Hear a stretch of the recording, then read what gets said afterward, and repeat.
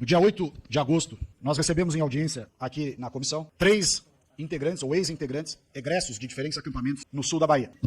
O depoimento dos 3, embora com diferentes palavras, convergiram para algumas considerações que se repetiram ao longo dessa CPI e em diversas jurisdições. Os depoentes disseram que, primeiro, os integrantes dos diversos grupos sem terra são arregimentados pelos militantes e pelas lideranças em cidades. Eles procuram as pessoas mais humildes, as pessoas mais simples, que estão vivendo em condições de muita pobreza, de miséria nos grandes centros, prometem a essas pessoas uma condição de vida melhor no campo, um pedaço de chão, como eles dizem, e essas pessoas são levadas a engrossar as fileiras dessas facções Brasil afora, sob a promessa e a esperança de terem uma vida melhor. Entretanto, essas pessoas se frustram porque chegam num determinado local onde as condições de vida a que são submetidas são iguais ou até piores àquelas que eles viviam na cidade. E que é agravada essa condição pela rigorosa disciplina, que é um eufemismo utilizado pelas facções para tentar disfarçar, na verdade, os crimes e os abusos praticados pelas lideranças e pelos militantes sobre os liderados em diferentes localidades do país. Na Bahia, em especial, o que se viu foi, narrado aqui através dos depoimentos dos 3 presentes, foi uma situação de absoluta barbárie, com desrespeito à condição humana desses depoentes, com castigo físico, com ameaça, com violência. A própria senhora Vanusa, quando aqui esteve, trouxe o vídeo da violência que foi submetida e durante as diligências na Bahia, que serão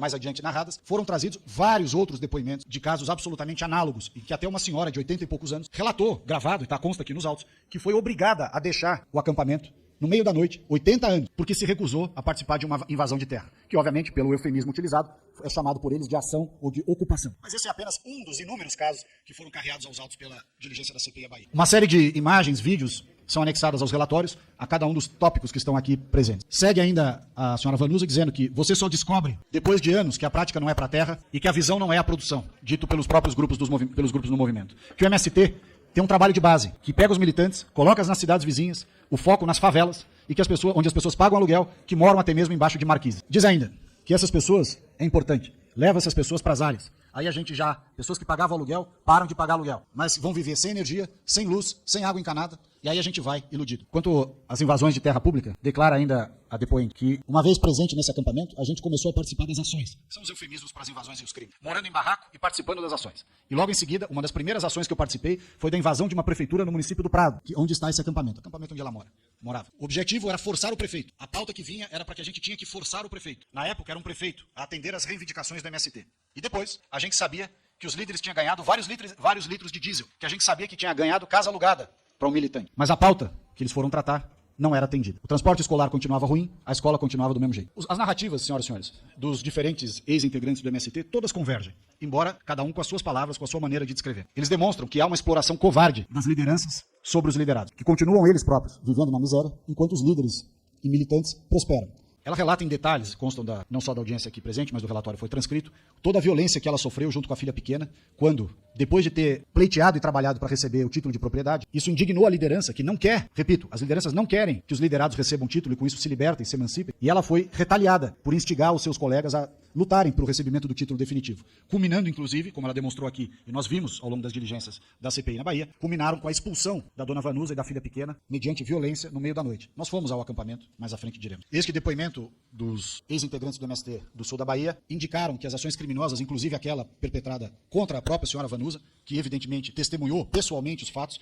e que lavrou os competentes boletins de ocorrência, que deveriam ter dado ensejo à instauração de inquérito policial, mas foram enterrados pelo sistema policial civil da Bahia, indicou à senhora Vanusa os seguintes partícipes daquela ação criminosa e de outras relatadas pelos membros e ex-membros do MST naquela região. Foram apontados como autores responsáveis diretos pela execução das ações os seguintes militantes: PC, Paulo César de Souza, Diego Dutra Borges, Juliana Lopes, conhecida como Júlia, Sirlene Barros, o Elton Souza Pires e os assessores parlamentares, Lucinéia Durans e Evanildo, que na verdade é Uronildo Loures Costa, como sendo, além de integrantes do MST, os mentores, executores e beneficiados de toda sorte de crimes apontados durante as diligências no sul da Bahia, inclusive por comerciantes, produtores rurais, ex-integrantes das facções, autoridades locais e demais moradores da região com quem a CPI teve a oportunidade de interagir. Destacam ainda que o INCRA, em todas essas localidades, e essa informação também foi corroborada pelas demais diligências em outros estados, Goiás, aqui no Distrito Federal, Pontal do Paranapanema, Alagoas, e que o INCRA não exerce a sua jurisdição dentro das áreas ocupadas pelas facções sem terra, que delega, obviamente de maneira ilegal e irregular, essa gestão das áreas ocupadas aos próprios líderes e militantes desses grupos e que praticam, como já comprovado aqui no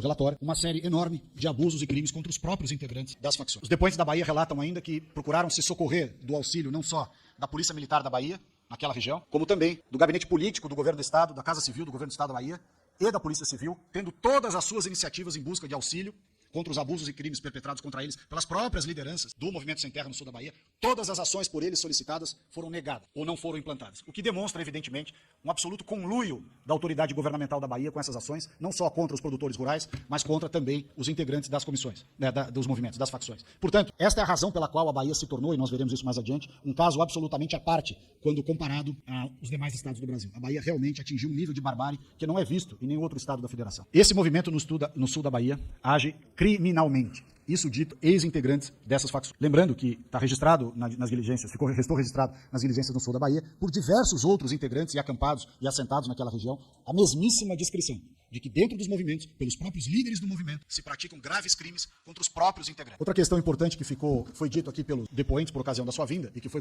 também comprovada ao longo da diligência naquele estado, de que o delegado da cidade do Prado, que se insurgiu contra os crimes praticados e instaurou os respectivos inquéritos e pediu, inclusive, a prisão preventiva de alguns desses líderes que estão aqui listados, teve as suas ações frustradas por ação política do governo do estado da Bahia, que, tão logo o pedido de prisão preventiva foi efetuado, transferiu os inquéritos para a delegacia de Teixeira de Freitas, onde tais inquéritos permanecem até hoje sem nenhuma diligência, nenhum avanço, o que mostra a conivência das autoridades em relação aos crimes perpetrados contra os próprios integrantes do MST no sul da Bahia. Diversas considerações sobre os trabalhos análogos à escravidão, obrigação de trabalhar em áreas coletivas, os castigos físicos impostos, as restrições físicas, inclusive do direito de ir e vir naquela localidade. Narram ainda os depoimentos sobre, assim como foi visto no Pontal do Paranapanema, as mesmas ações de doutrinação ideológica e lavagem cerebral sobre os membros cooptados dessas facções, inclusive sobre as crianças. Mais à frente nós vamos tratar, foi trazido aqui pelo depoente do Mato Grosso, o deputado Catani, mas já foi abordado aqui em várias outras localidades, a utilização dos recursos públicos, através do Pronera, para fazer doutrinação ideológica nas crianças, os chamados sem terrinhas. Isso, com dinheiro público, se torna uma questão de improbidade absoluta. Ao invés de treinar essas crianças para a produção rural e para diversas outras habilidades que o sistema educacional requer, essas crianças estão sendo submetidas a esses processos de doutrinação ideológica com dinheiro público, sem alternativa, dentro dos acampamentos e assentamentos Brasil afora.